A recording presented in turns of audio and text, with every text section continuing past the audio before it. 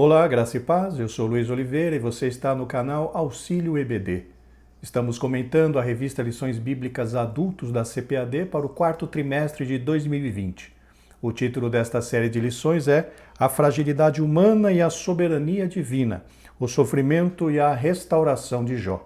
O comentarista dessa série de lições é o pastor José Gonçalves. E chegamos hoje, meus irmãos, à lição de número 7, que tem por título A Teologia de Bildade. Se há sofrimento, há pecado oculto? Como o próprio título da lição nos diz, hoje estaremos estudando a teologia de Bildade, que acreditava que, grosso modo, se havia sofrimento, era porque havia pecado. E neste caso, o pecado apontado por ele seria um pecado oculto. Veremos então, meus irmãos, como Bildade, a exemplo do que acontecia com Elifaz, tinha em mente que a justiça da retribuição ou a teologia da retribuição era algo certo, era algo que não podia ser mudado. O textuário da lição está no livro de Jó, no capítulo 8, versículo 4, e nos diz: Se teus filhos pecaram contra ele, também ele os lançou na mão da sua transgressão. Já para a verdade prática nós temos, a existência do sofrimento não quer dizer que haja pecado oculto. Para a leitura bíblica em classe, nós temos 3 textos. Jó, no capítulo 8, versículos 1 ao 4. Depois, Jó, capítulo 18, versículos de 1 ao 4. E, por fim, no mesmo livro, no capítulo 25, versículos de 1 ao 6. Acompanhe a leitura, por favor, Jó, capítulo 8. Então respondeu Bildade o suíta e disse: Até quando falarás tais coisas, e as razões da tua boca serão como o vento impetuoso? Porventura, perverteria Deus o direito e perverteria o Todo-Poderoso a justiça? Se teus filhos pecaram contra ele, também ele os lançou na mão da sua transgressão. Agora Jó, capítulo 18. Então respondeu Bildade o suíta e disse: Até quando usareis artifícios em vez de palavras? Considerai bem e então falaremos. Porque somos tratados como animais e como imundos aos vossos olhos? Ó tu que despedaças a tua alma na tua ira, será a terra deixada por tua causa? Remover-se-ão as rochas do seu lugar? E por fim, no mesmo livro de Jó, no capítulo 25. Então respondeu Bildade o suíta e disse: Com ele estão o domínio e temor. Ele faz paz nas suas alturas. Porventura tem número os seus exércitos? E para quem não se levanta a sua luz? Como, pois, seria justo o homem perante Deus? E como seria puro aquele que nasce da mulher? Olha, até a lua não resplandece e as estrelas não são puras aos seus olhos. E quanto menos o homem, que é um verme, e o filho do homem, que é um bicho. Para o objetivo geral, nós temos mostrar que nem sempre o sofrimento é consequência de um pecado oculto, como pensava a Bildade. Já como objetivos específicos, como temos 3 tópicos na lição, temos também 3 objetivos específicos. Para o tópico 1, destacar o argumento de Bildade que contrastava o pecado com o caráter santo e reto de Deus.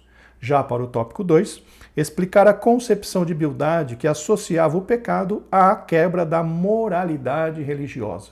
E, finalmente, para o tópico 3, esclarecer a argumentação de Bildade que contrapunha a pequenez humana com a grandeza de Deus. Meus irmãos, eu gostaria de lembrá-los que, para aqueles que quiserem, as notas de aula que eu utilizei para a gravação deste vídeo estarão disponíveis para download. O link estará aqui na descrição deste vídeo. E se você está assistindo este vídeo pelo nosso site Estudantes da Bíblia, o link para download das notas de aula estará logo abaixo da janela do vídeo. Isto posto, meus irmãos, vamos para o comentário. Introdução. Nesta aula estudaremos sobre a teologia do segundo amigo de Jó, Bildade. Veremos que ela apresenta o caráter justo e reto de Deus em contraposição ao suposto pecado oculto de Jó.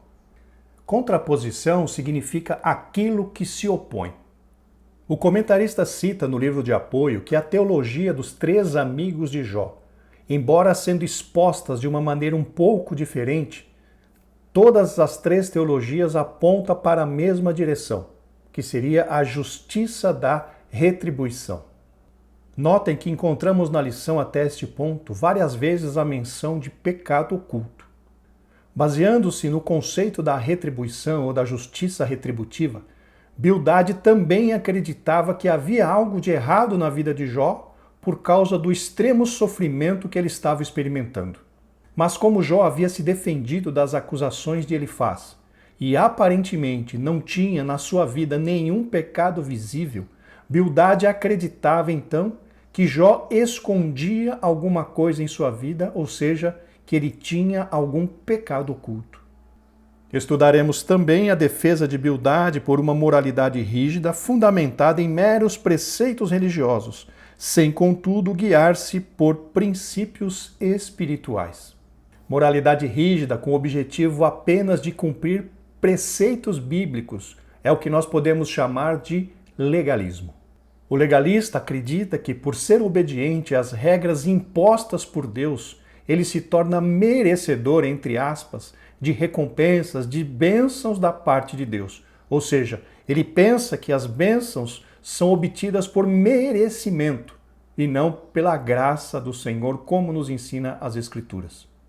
E, finalmente, analisaremos a ideia de que, segundo Bildade, Deus é um ser muito distante e que, devido à sua onipotência e grandeza, está muito longe do mortal. Ele, portanto, é inacessível. Aqui veremos, meus irmãos, a exemplo do que aconteceu com Elifaz, que nós vimos na aula passada. Bildade também considerava a transcendência de Deus sem levar em conta a sua imanência. Ao longo de cada argumento de Bildade, veremos a contraposição de Jó.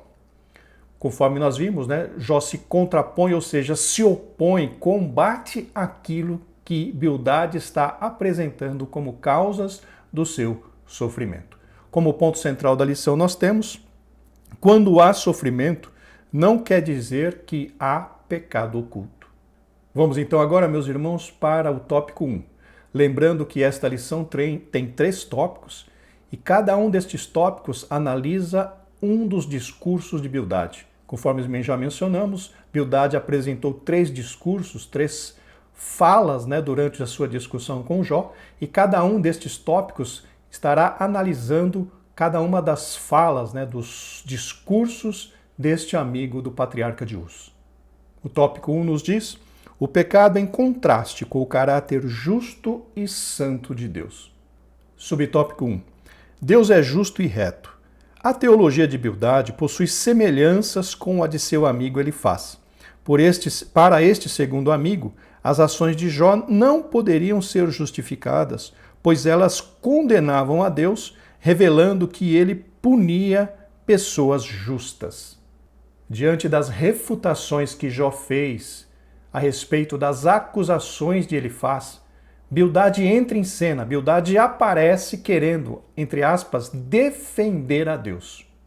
Na concepção do suíta, a teologia da retribuição era a única aceita. Aqui vemos mais uma vez a manifestação da ideia de que sofrimento e dificuldade na vida de alguém é resultado direto de pecados cometidos. No entendimento de Bildade, Jó estaria acusando a Deus de injustiça, porque Jó se declarava justo, porém estava passando por toda aquela dificuldade. Vejam que no discurso de Jó a Elifaz, Jó se declara em pelo menos 2 situações ou 2 ocasiões de que ele era inocente. Leiamos o que diz Jó no capítulo 6, versículo 24, a parte B, na Almeida Revista e Corrigida, que diz: "E dai-me a entender em que errei." Ou seja, Jó questionando a Deus, perguntando onde foi que ele errou para estar sofrendo aquilo. O segundo texto está em Jó, no capítulo 7, versículo 20, a parte A, vamos ler na Almeida Revista e Corrigida. "Se pequei, que te farei, ó guarda dos homens?"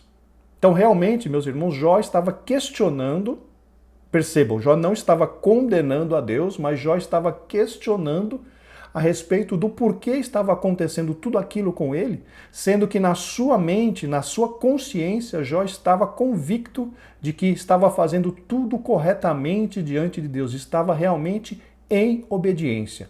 Conforme mencionamos na aula passada, a mente do comentarista a mente de Jó estava muito confusa. Por outro lado, como Deus não era injusto, então Jó deveria reconhecer o seu pecado, pois ele estava sendo terrivelmente afligido. Em outras palavras, meus irmãos, na mentalidade de Bildade, se Deus permitisse que algo ruim acontecesse com alguém bom, Deus estaria cometendo injustiça. Porém, na mentalidade de Bildade, Deus era justo. E se ele era justo, baseado na teologia da retribuição, nunca que uma pessoa que fosse justa, que fosse reta, que fosse direita, poderia estar passando por dificuldades. Notem então, meus irmãos, que aquele entendimento da teologia da retribuição, da justiça, também chamada justiça da retribuição, estava profundamente enraizada na cultura e no coração daquelas pessoas. Bildade considerava Deus santo e justo como ele realmente o é. Então, se Jó estava passando por dificuldades, significa que Jó estava em pecado. E no caso da lição, seria um pecado oculto, porque, como já mencionamos, ninguém conseguia apontar algo claro na vida de Jó. E na mentalidade de Bildade, se ninguém conseguia ver o pecado de Jó, significa que ele tinha, então, um pecado oculto. Assim, a teologia de Bildade pode ser classificada em duas esferas, a dos maus e a dos bons.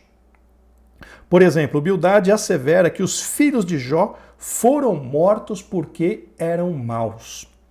Por outro lado, como um homem que alegava ser justo e bom, Jó poderia desfrutar novamente do favor de Deus se reconhecesse o seu pecado. Aqui, meus irmãos, o comentarista disse que, aparentemente, Bildade classificava em duas esferas, né? A dos maus e a dos bons. Mas se nós formos analisar, nos dá a entender que, na realidade, são três classificações. Percebam. 2 tipos de maus e um tipo de bom. Como assim 2 tipos de maus? Percebam, Bildade acusou os filhos de Jó de serem maus, por isso que Deus os puniu com a morte. Porém, Jó estava sofrendo por causa de um aparente pecado. Então, os filhos de Jó eram maus e Deus os puniu com a morte. Jó era mau porque tinha um pecado oculto, mas tinha uma chance de ser reerguido se ele confessasse, e os bons. Então vejam que nos dá a entender que havia 3 tipos de pessoa: os maus que eram punidos com a morte, os maus que recebiam uma segunda chance, e os bons. Então vejam aqui o que provavelmente Bildade pensava a respeito dessas situações. Agora o que eu quero mencionar para os irmãos: qual deve ter sido a dor que Jó sentiu quando ouviu o seu pseudo-amigo, entre aspas, acusar os seus filhos de serem maus e por causa disso foram mortos por Deus?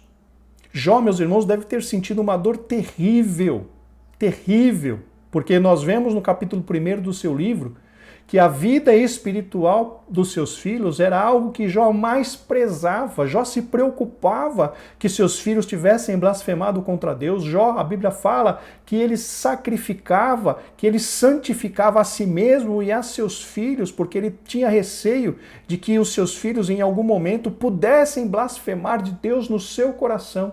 E agora vem um pseudo-amigo acusando, dizendo que Deus puniu os filhos de Jó com a morte porque eles eram ímpios. Vejam então, meus irmãos, que situação terrível Jó estava passando. Se não bastasse todo tipo de dor, agora o seu pseudo-amigo estava acusando os seus filhos de terem sido mortos porque eram maus diante de Deus. Indiretamente, Bildade estava dizendo que Jó falhou na sua responsabilidade de apresentar Deus para os seus filhos, instruir os seus filhos no caminho de Deus, porque, meus irmãos, até aquela época, a transmissão do conhecimento ela era feita via oral, ou seja, era passada de pai para filho através do que se falava, das histórias que se contava, enfim, tudo era por via falada, e era da responsabilidade de Jó passar para os seus filhos o conhecimento de Deus. E aqui Bildade está dizendo, mais uma vez eu repito, que Jó falhou nessa sua responsabilidade de apresentar Deus para os seus filhos, e eles, sendo maus, foram punidos por Deus com a morte. A Bíblia fala, meus irmãos, que as palavras podem machucar terrivelmente. Leiamos o que diz Provérbios no capítulo 12, versículo 18, na Nova Versão Internacional.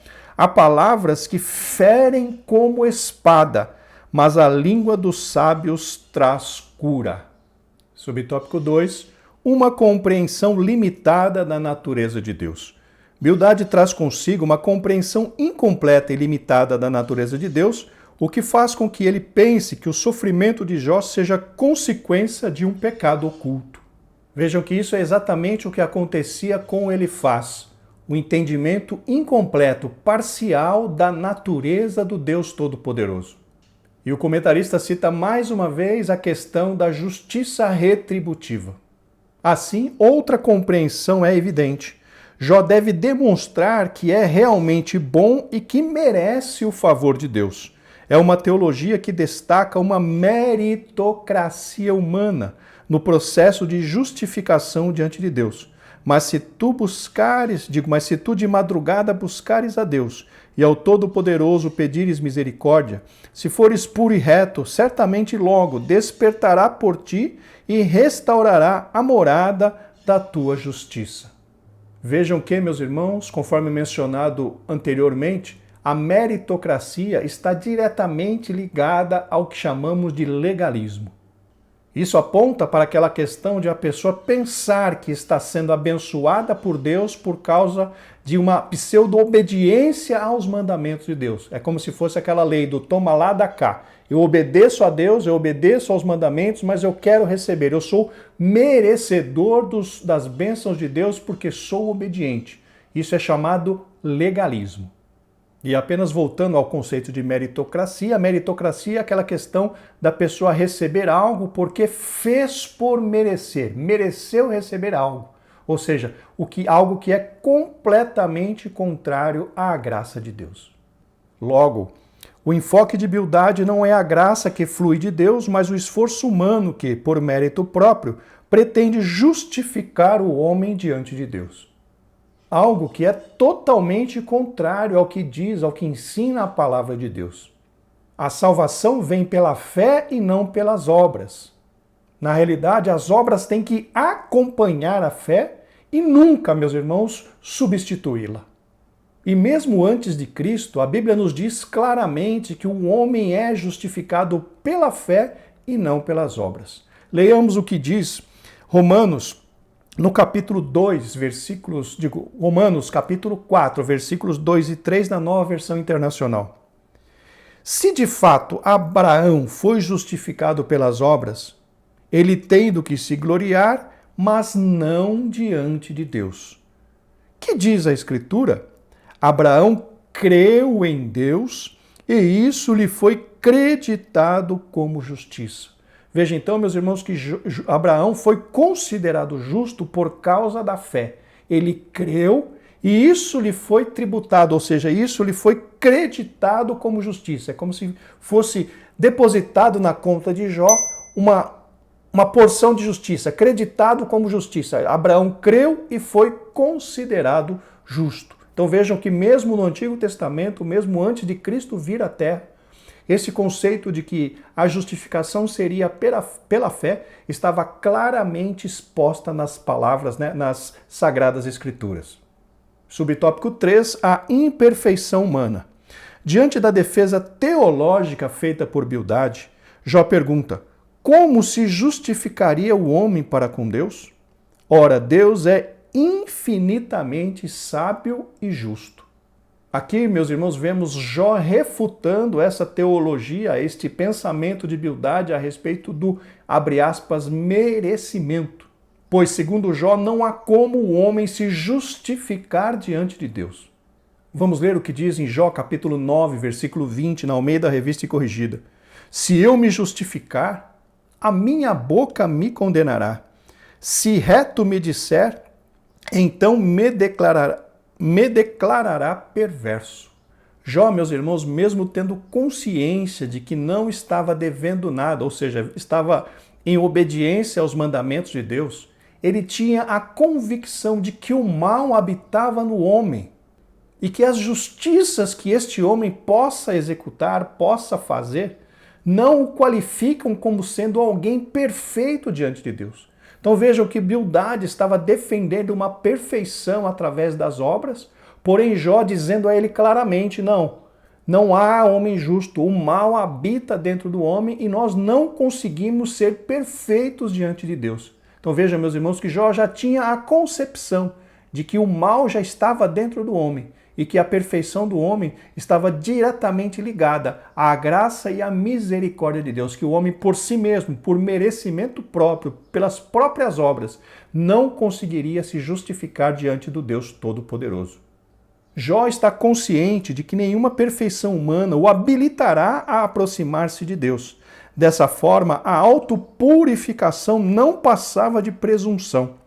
Ainda que me lave com água de neve e purifique as minhas mãos com sabão, mesmo assim me submergirá no fosso e as minhas próprias vestes me abominarão.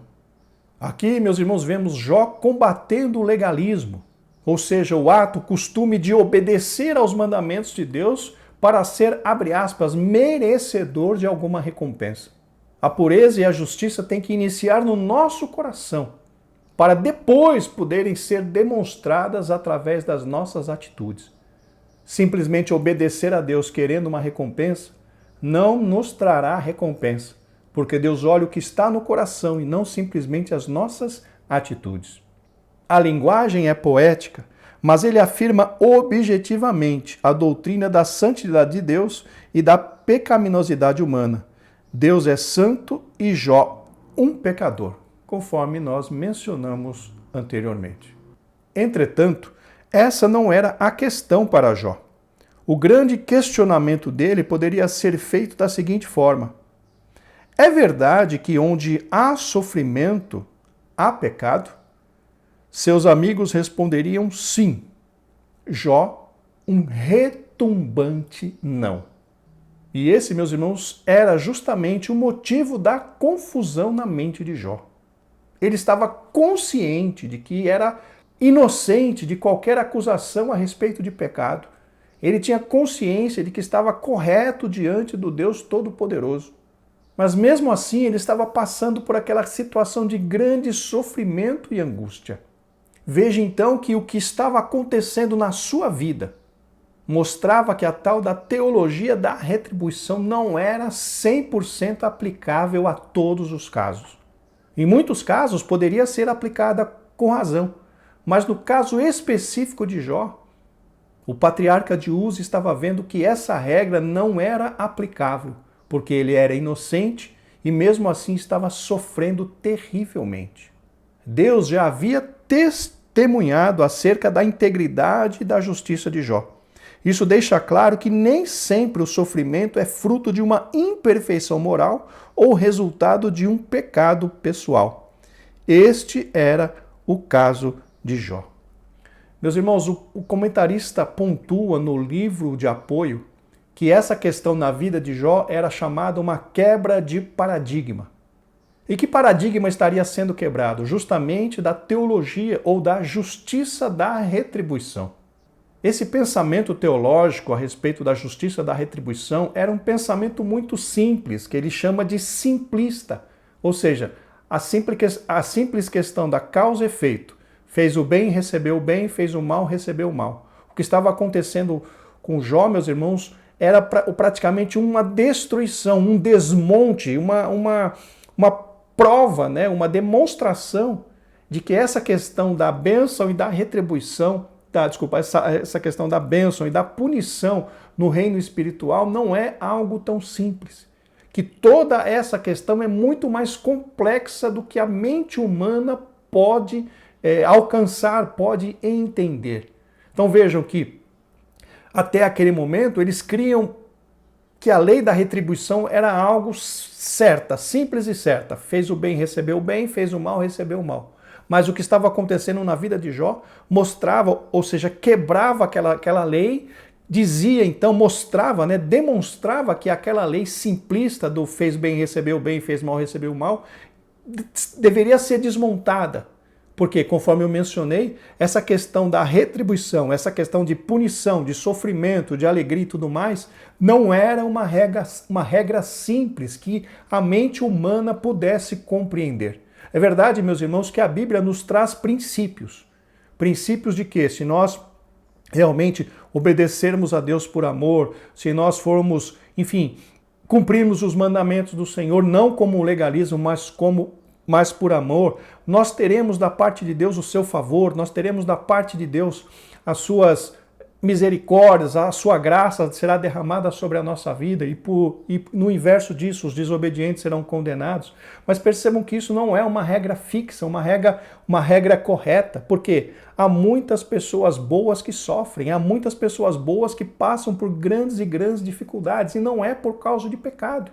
Hoje nós entendemos um pouquinho que muitas coisas acontecem sobre as nossas vidas porque nós estamos sendo provados, porque nós estamos sendo trabalhados por Deus no sentido de nós melhorarmos, de nós crescermos na fé, crescermos na paciência, crescermos, enfim, na longanimidade.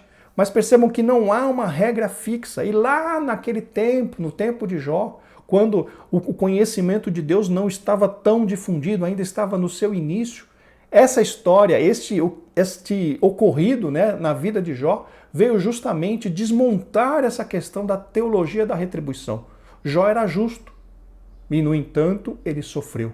Jó era justo e, no entanto, ele passou por grandes dificuldades sem nenhum merecimento da parte dele. Por quê? Porque ele não estava sabendo o que havia ocorrido no reino espiritual. Ele não sabia daquela questão, daquela disputa entre o inimigo das nossas almas e o Deus Todo-Poderoso a respeito da fidelidade de Jó.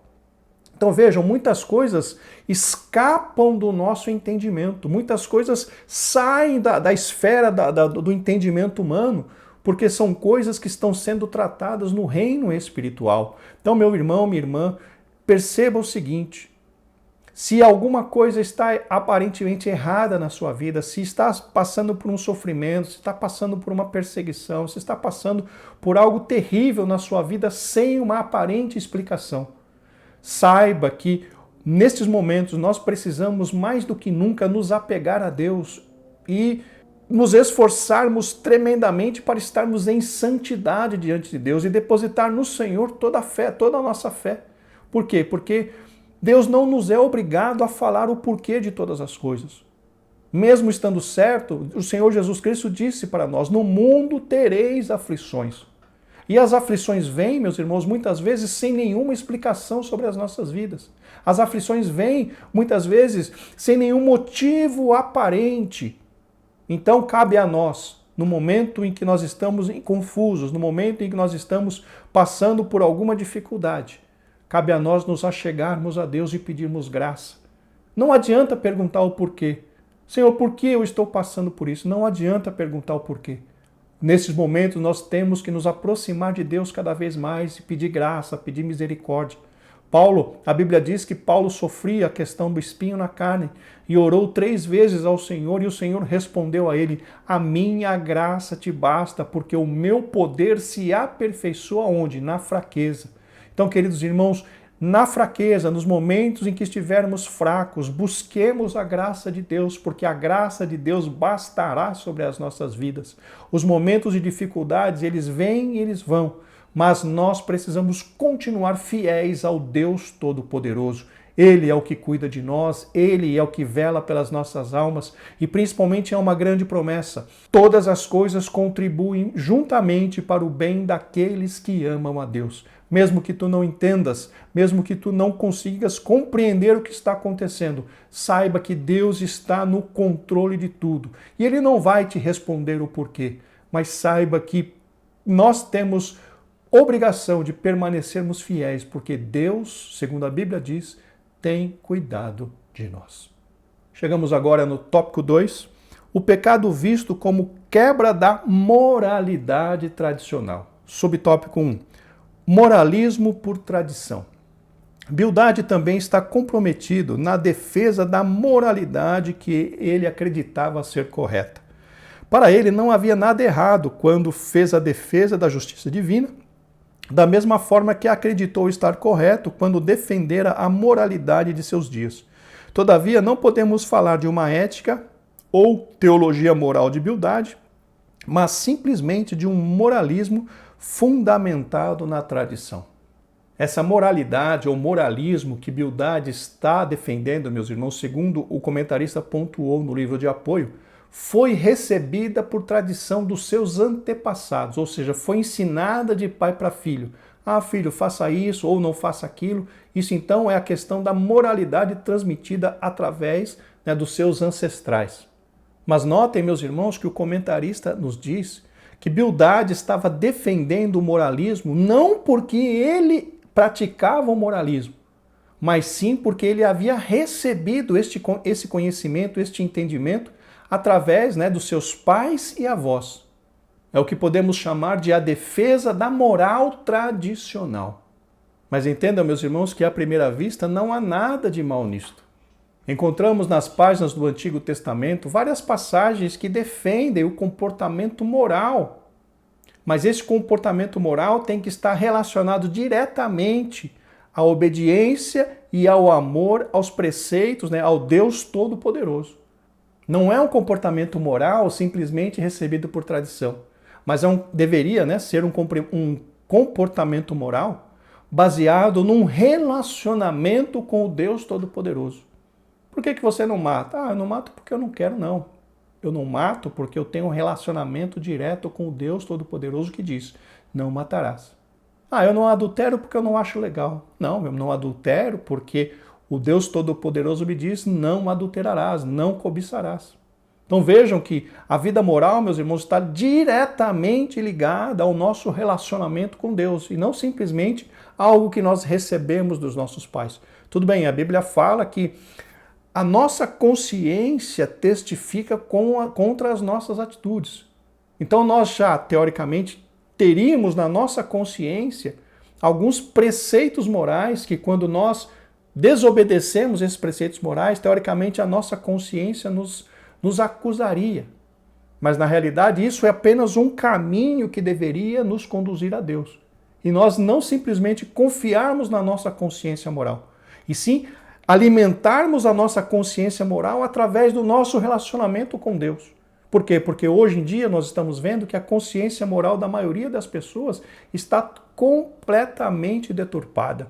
Antigamente se falava, por exemplo, em adultério, as pessoas tinham aquilo como um grande pecado.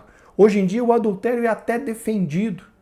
Antigamente nós tínhamos várias outras virtudes como sendo corretas. E hoje, meus irmãos, todas essas virtudes estão sendo demolidas pelas ações do inimigo das nossas almas, através da cultura, através dos formadores de opinião. Então nós vemos que nós não podemos confiar na nossa consciência se ela não estiver submetida às verdades da palavra de Deus. E é por isso, então, que nós temos que estar nos alimentando da palavra. Para quê? Para que nós possamos mostrar para a nossa consciência, para o nosso entendimento, qual é o correto, qual é o padrão, quais são os objetivos a serem alcançados. Para que aí sim a nossa consciência, trabalhando, inspirada, motivada, influenciada pelo Espírito Santo, possa nos acusar quando nós nos dermos um deslize, quando nós errarmos em alguma atitude. O Espírito Santo usa a nossa mentalidade, a nossa consciência para nos dizer, olha, você errou em tal e tal lugar.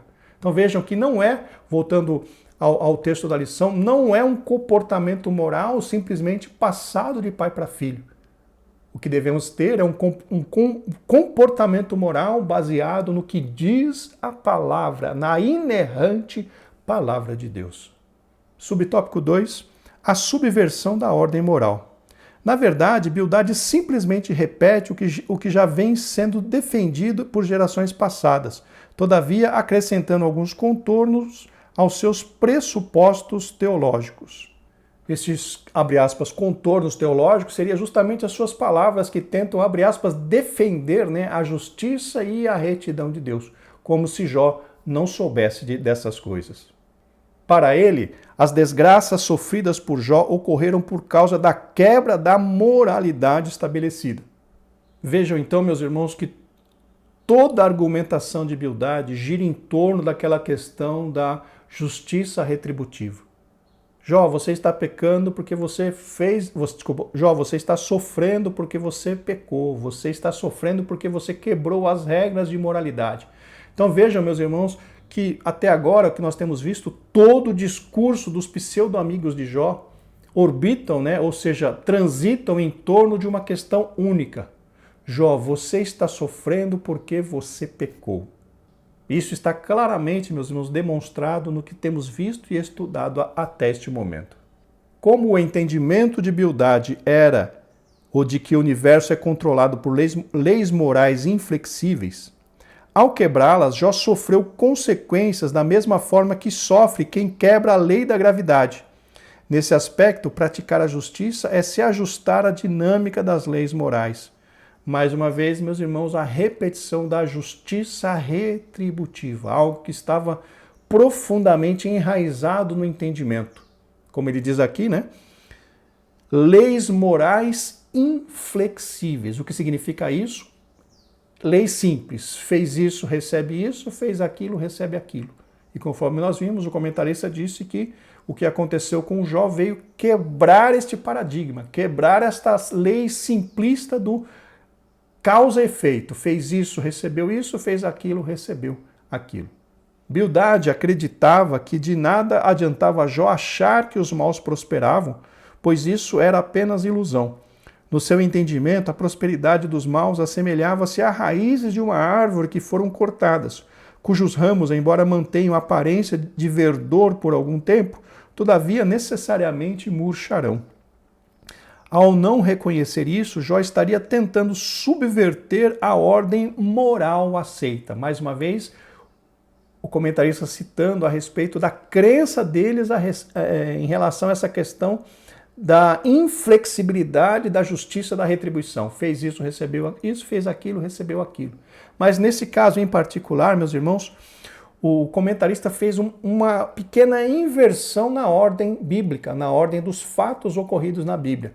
Aqui o comentarista diz, né, que Bildade acreditava que Jó defendia, né, que os maus prosperavam. Na realidade, existe alguns versículos nesse sentido, que é justamente no capítulo 21 do livro de Jó. Jó cita nessa questão de que muitas vezes os ímpios prosperam, os ímpios vivem de uma forma tranquila, vivem em paz, vivem no estado de prosperidade. Só que esse discurso de Bildade é no capítulo 18, ou seja, Jó afirma alguma coisa no capítulo 21 e Bildade faz a contraposição no capítulo antes disso. Então nós vemos que o comentarista acabou invertendo alguma coisa nessa questão da cronologia dos discursos, citando aqui que Jó realmente defendia, não que ele defendia, mas que ele mencionava que muitas vezes os ímpios, eles prosperavam, ou seja, quebrando essa lei, né, da justiça da retribuição. Se o ímpio prospera, a justiça da retribuição então não é inflexível. Então percebam que eu estou citando aqui simplesmente essa pequena inversão na linha do tempo, né? Aqui no capítulo 18, o que Jó está falando a respeito o que Bildade está falando, na realidade, no discurso de Bildade não cita nada a respeito disso. Nós vemos essa questão da menção de Jó apenas no capítulo 21, ou seja, um pouco depois do versículo do capítulo 18, onde Bildade faz o seu segundo discurso a Jó. Essa questão do ímpio prosperar, realmente Jó citou lá no capítulo 21, mas, conforme eu mencionei, aqui houve uma pequena mudança, né, na ordem cronológica daquilo que está no livro de Jó. Subtópico 3 agora, contemplando a cruz. O capítulo 19 é dedicado à defesa de Jó. É inegável que Jó sabia que Deus atua em um universo moral e que tudo o que acontece está sob o seu controle. Vejam então que, conforme mencionamos em aulas anteriores, Jó tinha consciência de que tudo aquilo que acontecia com alguém ou era enviado diretamente por Deus, ou no mínimo era permitido pelo Deus Todo-Poderoso. E nesse capítulo 19, onde Jó faz a sua defesa, ele mostra claramente que ele acreditava que aquelas coisas foram enviadas para a vida dele pelo próprio Deus. Vamos ler o que diz Jó no capítulo 19, versículo 5, na Almeida Revista e Corrigida. Sabei agora que Deus é que me transtornou e com a sua rede me cercou. Então, Jó estava convicto de que aquilo que estava acontecendo em sua vida foi enviado pelo próprio Deus, só que ele não sabia o porquê. Ele não sabia o porquê de tudo aquilo, porque, conforme já mencionamos muitas vezes, Jó tinha consciência da sua pureza, da sua situação de obediência àquilo que Deus mandava fazer. Jó não entendia o que estava acontecendo, mas mesmo assim não acusou a Deus. O homem de Uz estava convicto de que não havia quebrado nenhuma lei moral, sendo, portanto, inocente e que seu sofrimento não teria razão aparente, conforme nós já mencionamos. Mas diante das acusações dos amigos, ele está disposto a abandonar toda tentativa de se auto-justificar. Ele quer abandonar toda a instância humana e apelar para um mediador, ou seja, um redentor, que defenderá sua causa. Ele não quer mais se defender. Ao invés disso, apela para alguém totalmente justo que vai ficar entre ele e Deus. Vejam que Jó tinha a mentalidade de que precisava de um intercessor, precisava de um mediador entre ele e Deus. E é aí que ele contempla a cruz. Eu sei que o meu Redentor vive. A palavra Redentor traduz o hebraico Goel e significa alguém que defendia um familiar quando este não podia fazer a sua própria defesa.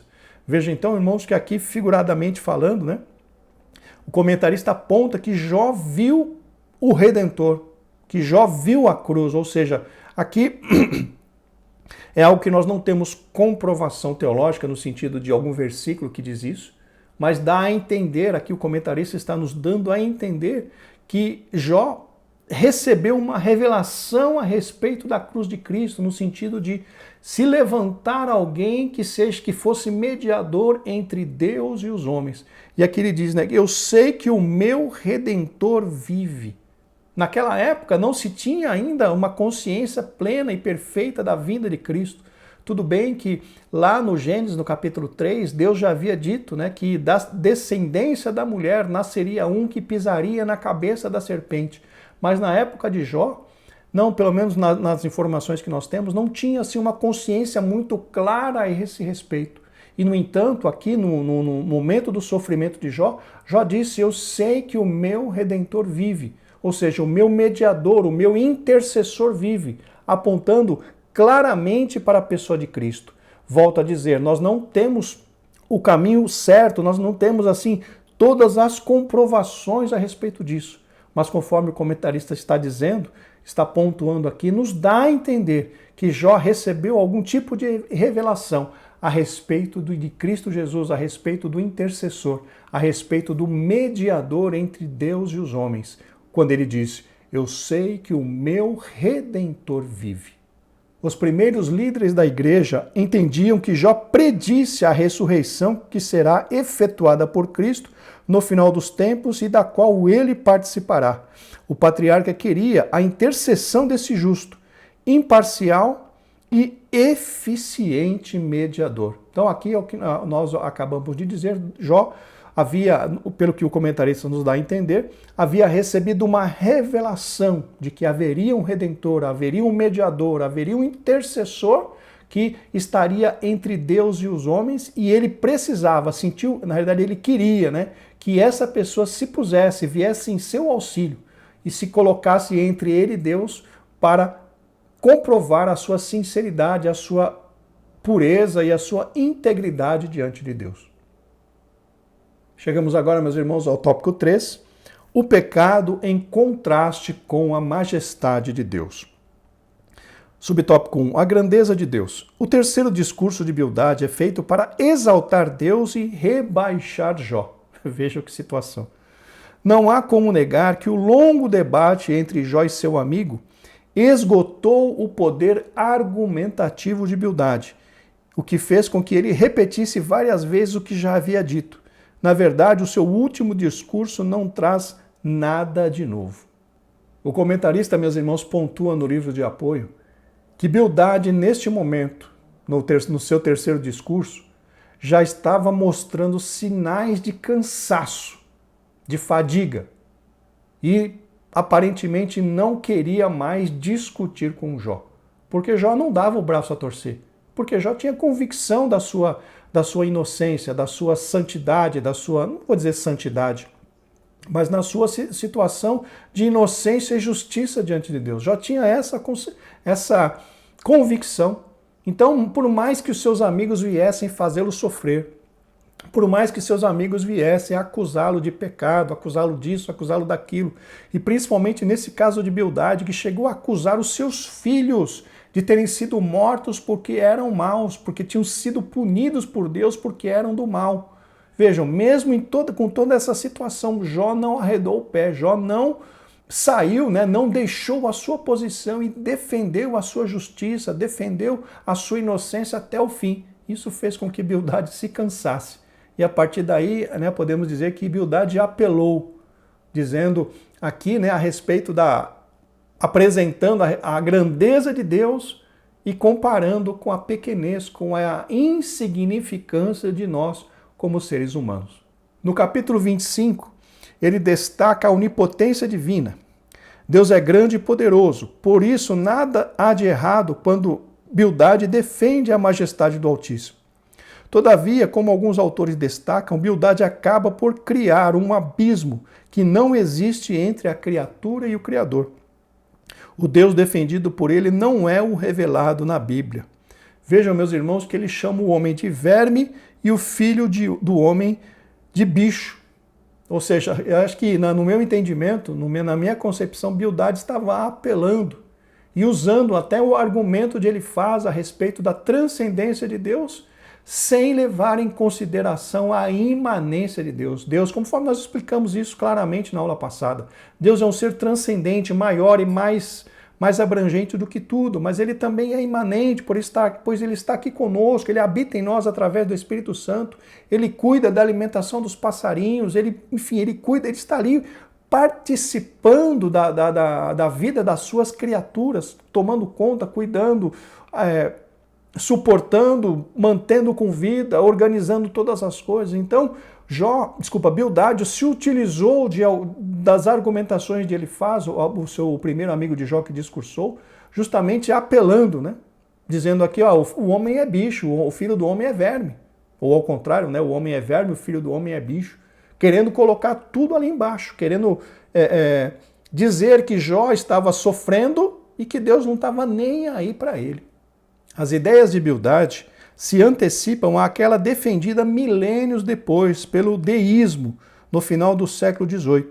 Segundo os deístas, Deus criou o mundo, mas ausentou-se dele. Vejam aqui a definição que eu encontrei a respeito de deísmo. Embora creia na existência de Deus, o deísmo difere do cristianismo ortodoxo por apresentar a cosmovisão onde Deus fez o mundo, mas não interfere e interage na criação. Ou seja, aqui claramente defende a transcendência de Deus, mas não crê na imanência de Deus. Ou seja, Deus criou e a partir daí Deus não está mais preocupado, Deus não interage mais com as suas criaturas.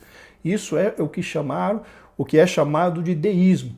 Mas nós vemos que esta não é a doutrina bíblica, isso não é o que é ensinado e preconizado nas páginas das Sagradas Escrituras. Subtópico 2. Onipotente, mas não ausente. Jó responde a Bildade com ironia. Como ajudaste aquele que não tinha força e sustentasse o braço que não tinha vigor?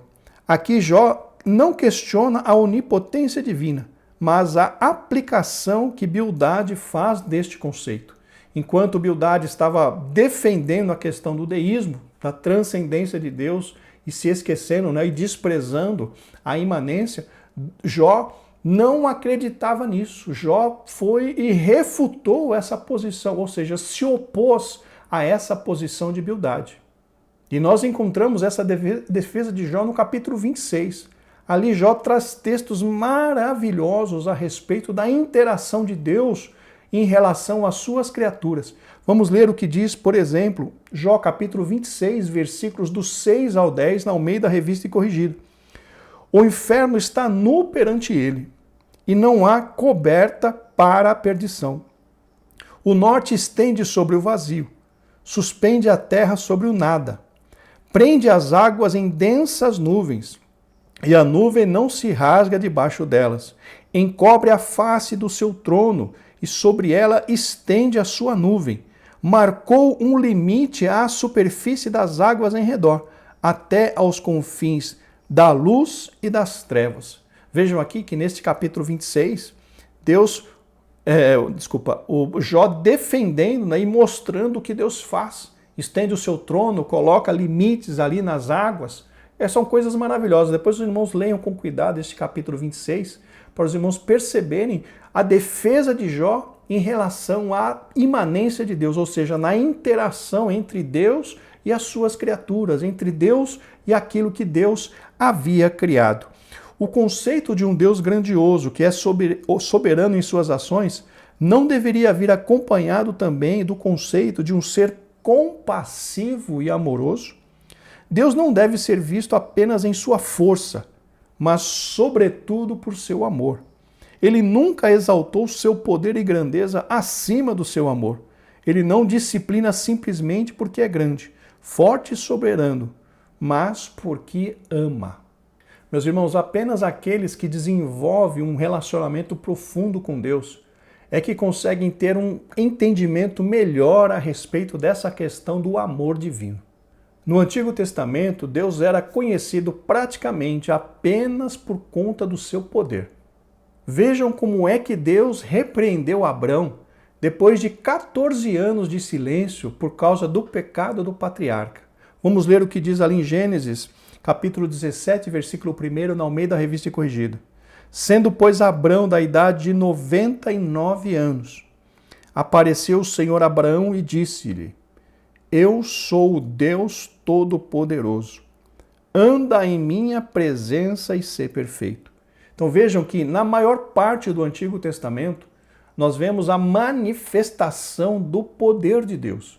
E só consegue, conforme eu mencionei no início da minha fala para esta parte, só consegue realmente discernir essa questão do amor de Deus quem começa a ter um relacionamento, uma comunhão mais aprofundada com Ele.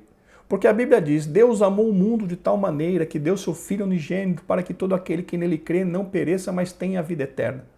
Quem ouve esta palavra pela primeira vez não tem, meus irmãos, como entender a grandeza deste amor.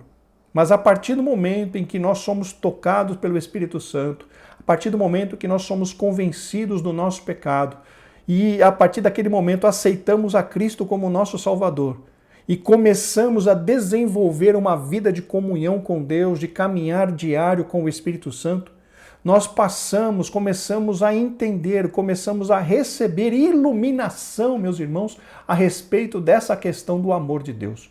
O amor de Deus, ele vai se revelando para nós, ele vai se revelando e cada vez mais nós vamos entendendo e compreendendo a grandeza, a dimensão deste amor maravilhoso. Então, quem não conhece a Deus, quem não tem assim um relacionamento com Deus, normalmente tem uma visão muito curta, muito limitada do que é realmente esse amor de Deus.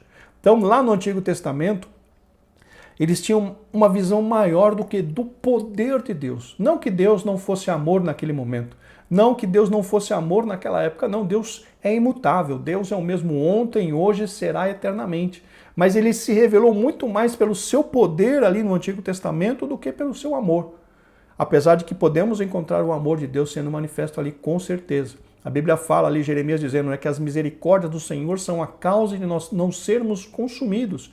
Novas são a cada manhã. E o que é que motiva, meus irmãos, a misericórdia de Deus? É o amor. É o amor de Deus que é o fator motivador das misericórdias. As misericórdias de Deus existem por causa do amor de Deus. As misericórdias de Deus existem porque são motivadas pelo amor de Deus. Deus nos ama. E por conta disso ele usa de misericórdia, e por conta disso ele é longânimo, por conta disso ele é paciente. Mas nas páginas do Antigo Testamento isso não eram tão claras, essas coisas não eram tão claras. E nós começamos a perceber isso com mais clareza, justamente através da vida do Senhor Jesus Cristo, e depois disso através das epístolas, do que o Novo Testamento nos mostra a respeito desse Deus tão amoroso. Diferentemente do conceito apresentado por Bildade, o Deus que a Bíblia apresenta é poderoso e glorioso, mas principalmente misericordioso e gracioso. Então, meus irmãos, conforme mencionamos, o amor de Deus se tornou muito mais conhecido para nós através da vida de nosso Senhor Jesus Cristo, que veio, que se entregou por nós para morrer em nosso lugar por amor. Cristo se entregou por nós por amor. Não há maior amor do que esse, meus irmãos, do que alguém entregar o que era de mais precioso, como a Bíblia diz, né? Deus que não negou, nos amou de uma tal maneira que não negou o seu bem mais precioso, o seu Filho unigênito, para nos demonstrar o tamanho deste amor, o tamanho do amor que Deus tem pelas suas criaturas, por cada um de nós. Temos de cuidar para que no momento do sofrimento não manchemos a imagem de um Deus que não é só força, mas igualmente amor. Aqui o comentarista nos dá um conselho de que no momento de dificuldade nós não blasfememos, nós não manchemos a imagem desse Deus que é amor, mas também que é um Deus de justiça. E o que eu quero acrescentar, meus irmãos, para cada um de nós durante esta aula, durante esta ministração. Nos momentos de dificuldade, conforme nós já mencionamos, é de suma importância que nós nos aproximemos de Deus. Muitas vezes nós não conseguimos compreender o que está acontecendo, mas nós temos uma promessa. Nós temos uma promessa de Deus. 1 Coríntios 10 e 13. Paulo, escrevendo aos Coríntios, nos diz que Deus não nos deixará tentar acima do que aquilo que podemos suportar, mas também com a tentação, Ele também nos dá um escape, uma porta de escape. Por mais que você e eu não estejamos entendendo o que estamos passando, nós temos que ter convicção de que Deus é fiel. A fidelidade de Deus, meus irmãos, não pode ser colocada em dúvida. Deus é fiel. Se nós, comedores de feijão, formos infiéis, a Bíblia diz que Deus permanece fiel porque não pode negar-se a si mesmo. Não pode negar a sua natureza. Deus é amor, Deus é justiça e Deus é fiel. Ele cumpre com tudo aquilo que Ele fala. Ele cumpre com tudo aquilo que Ele acorda. Todas as alianças que Deus faz com alguém, Deus as cumpre. E se você e eu estamos passando por dificuldades, mesmo que nós não entendamos, permaneçamos na confiança, meus irmãos, de que Deus está cuidando de nós. Chegamos, queridos irmãos, ao final de mais uma lição. Vamos agora para a conclusão. Nesta lição, vimos que o debate entre Bildade e Jó assume alguns contornos teológicos mais relevantes, muito relevantes. Bildade faz 3 discursos teológicos e em cada um deles põe em destaque a sua crença, que basicamente também, assim como ele faz, a teologia da retribuição. Ele não crê na inocência de Jó e por isso atribui seu sofrimento à existência do pecado, e no caso aqui, pecado oculto. Assim, ele orienta Jó a viver segundo os ditames da tradição e, por consequência, o empurra para um moralismo de natureza apenas religiosa. Ou seja, Bildade quer que Jó vá para o lado do legalismo. Não faça isso que você vai ser abençoado. É a lei da troca, a lei da retribuição, o que, biblicamente falando, está completamente errado. Por último, quando quer exaltar a grandeza de Deus a qualquer custo, acaba por criar um abismo intransponível entre o Criador e a criatura, que é o que nós vimos, que ele tenta, assim como o deísmo, enfatizar a transcendência de Deus e desprezar a imanência do Todo-Poderoso. Meus irmãos, chegamos ao final de mais uma lição. Agradeço pelos irmãos estarem aqui conosco, pela sua oração, pelo seu suporte, por tudo que cada um dos irmãos tem feito por nós. Nos ajude com as vossas orações e, se Deus quiser, estaremos de volta na próxima semana comentando a lição de número 8. Graça e paz. Que Deus vos abençoe.